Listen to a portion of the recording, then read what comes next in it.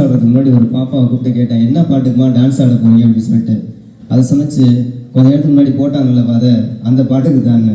இப்போதான் எனக்கு அதுக்கான விடை புரியுது. எதுக்காக இதில் ஏதாவது வார்த்தை புரிஞ்சிச்சு உங்களுக்கு? இப்படிதான் டான்ஸ் ஆடுது. இருந்தாலும் நம்முடைய பிள்ளைகள் மிக அழகாக நடனமாடினார்கள். மீண்டும் ஒரு முறை அவர்களுக்கு வாழ்த்துக்கள் கூறுவோம். இப்பொழுது இன்னொரு சிறிய விளையாட்டு. இந்த விளையாட்டை நடத்த நமது திருத்தொண்டர்களை என்போடு அழைக்கிறேன்.